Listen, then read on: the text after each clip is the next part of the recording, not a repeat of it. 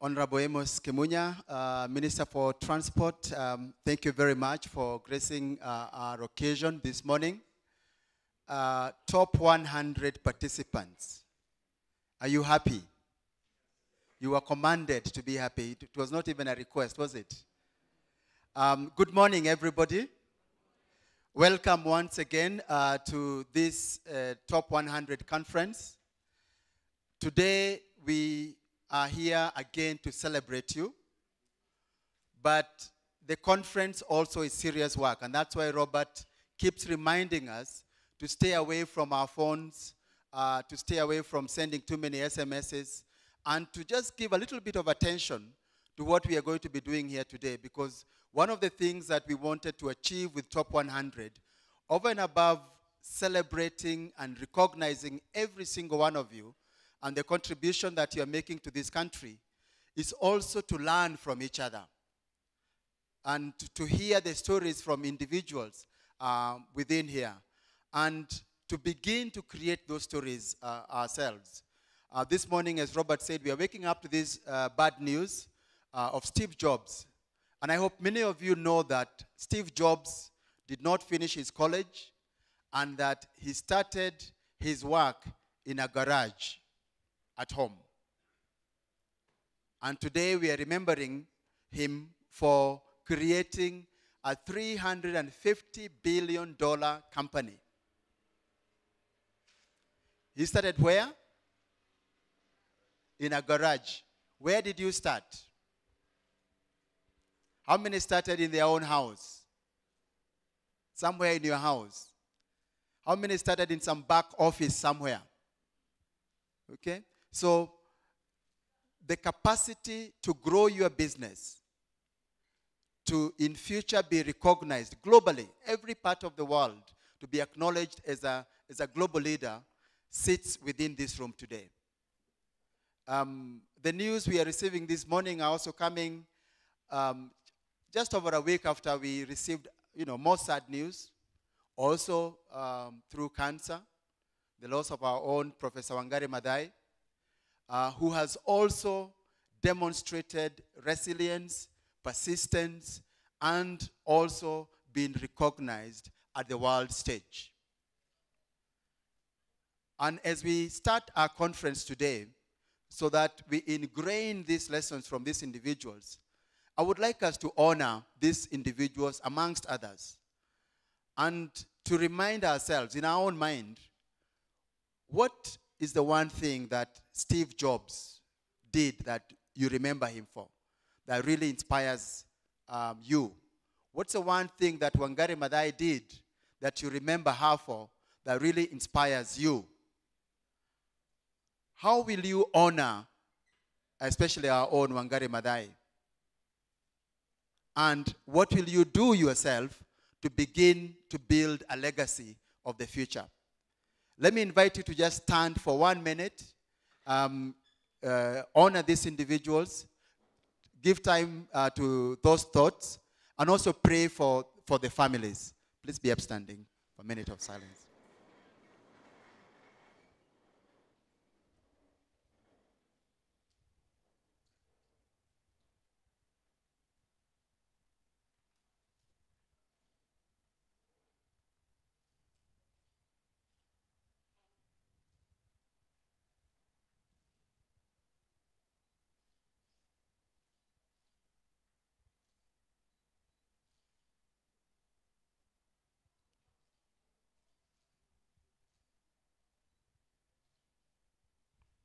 May Almighty God rest their souls in peace and comfort their families. Thank you.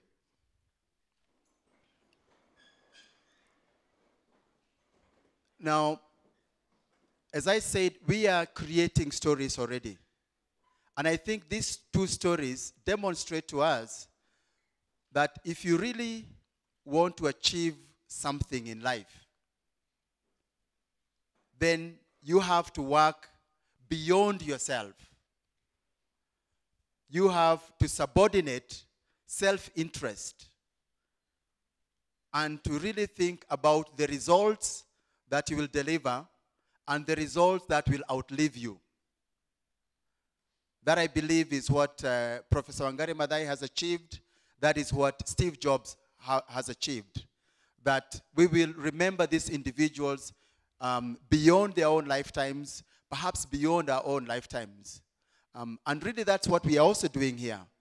We want to be able to tell your story, because we know there are very many people here who have got inspiring stories, who have begun their businesses, who have overcome huge challenges, and today are in this room to be celebrated as achievers. And they are not being celebrated in Kenya. We know from the results of the survey that many of you are doing businesses within the region, in other parts of Africa, and even exporting outside this continent. So please give yourselves a big hand.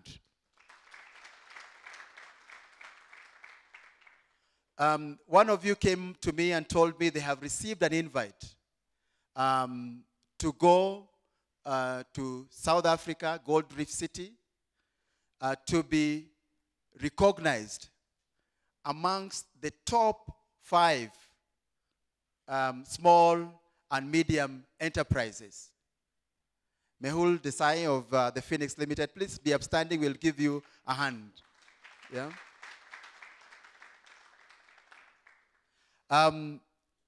Please be seated. So what happens in top 100? Once we recognize you here, and once you have this set of information, you are available to be recognized and to partner with others in the rest of the continent. I know there are many other stories amongst you here. Please take time to inform us, because we want to take every single opportunity to recognize every achievement by a top 100 company. Because by sharing that information, you inspire others. You inspire others who may not have hope today, who need to start doing something, and who need to be inspired to know that they can change their own circumstances, they can create value in this country. As Linus said, we are facing huge challenges in the country, not just in the country, in the world. I think every single morning you wake up to the news, especially from Europe, to the challenges that the Americans are having. And this morning I was wondering, what do the Greek citizens think they are doing? They already have a problem, and then they are out in the streets rioting, and immediately that kills their tourism. So what is that going to do to their problem? Yeah? So I think we need to be a little wiser in the way we begin to respond to our challenges. And I think as human beings, we know without doubt that we have been created with the same capacity as our own Creator. That we can change circumstances from emptiness, formlessness, darkness, to create something that is really good and beautiful. And that really should inspire us that whatever challenges we have, we should know that we have it within us.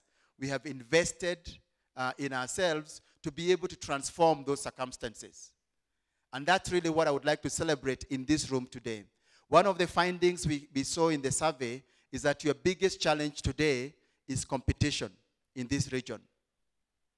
Why do you think we have competition in this region?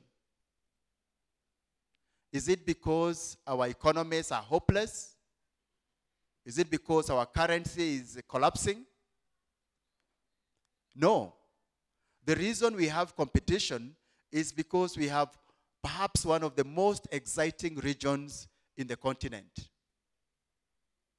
And when you have that many investment opportunities, you will have very many people from around the world paying attention to that region. And so your competition is coming. It's not yet even here. I'm sorry, many of you are staying up awake worrying about competition. It's not yet here. It's still coming, especially when you see the problems that are in Europe. And there are people with still some money to invest somewhere. They will have to find a place to put that money. And here we are. We have an infrastructure deficit. We have technology development. We have minerals. We have oil. We have all manner of opportunities within the region. So we have many, many reasons to attract people within this region. So take advantage. You're already here. You understand this market. Take advantage of this market. Grow your business. Continue to expand. And whatever we can do to support you, we will do everything that is within our power. Now, one of the things that we have seen from the survey again is that the challenges have changed. Competition, exchange rate, the cost of doing business, those are the new challenges. Infrastructure, for some reason, appears to have fallen off the list of top challenges. And perhaps we need to recognize the investments that are being made in the region by the governments in the region, by private sector partners to invest in infrastructure. There is still a lot to be done, but whatever is being done is good, and we need to recognize that. Perhaps we need to give them a big hand as well, that we acknowledge this investment. But even as we do that, there is still the need to improve the role of government. The role of government is supposed to facilitate wealth creation.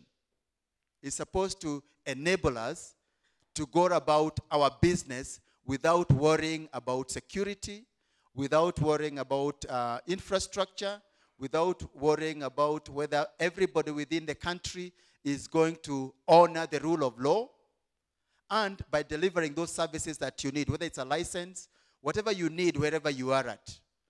And that attention, Honorable Minister, as you sit in cabinet, please take that request back, that we want the government to give priority to facilitating wealth creation, to unlocking any issues that are inhibiting business growth. And we want to do that by perhaps also increasing the efficiency of government so that you don't have to tax us more. We want better services, but we don't want more taxes. I think we all agreed on that. Okay, yeah. So that also places a bit of challenge on government to improve efficiency. And there are good practices around the world to demonstrate how you can improve efficiency so that I don't have to move from Nyayo House to the Office of the Attorney General to community lands to get my problem solved. And with the challenges of transport, which I know the minister is looking at, that can take the whole day. So we want to see more integrated service delivery, more joined up government, especially as we build the new county headquarters. Let us have the equivalent of a mall in every county headquarters, which positions all government services in one place. So if I want whatever service I need, it's like a supermarket. Yeah? And I go around that place in 1 hour, I'm out, and I'm back to business. So that we need to find new ways of doing business in the region. But today, we are here to learn from each other. We are here to listen to your stories. As Robert said, this afternoon we will listen to your stories, and we want the rest of the world to hear those stories as well, and also to hear your questions and the issues that you want addressed. But thank you for those of you who have made it here. I wish you a pleasant day, a day full of learning, and that really we make a difference, not only to your business, but to your life by the skills that we add to you. It's now my pleasure to invite the Minister for Transport. Transport is a huge issue, one of the biggest costs. My business, the only thing I sell, the only thing I stock is time. Now, if I'm spending 1 hour from Londro House to get to Strathmore, that is very, very expensive for me. And we need to find ways of resolving our transport issues. And I think we also need to take account of maybe redirecting our investments.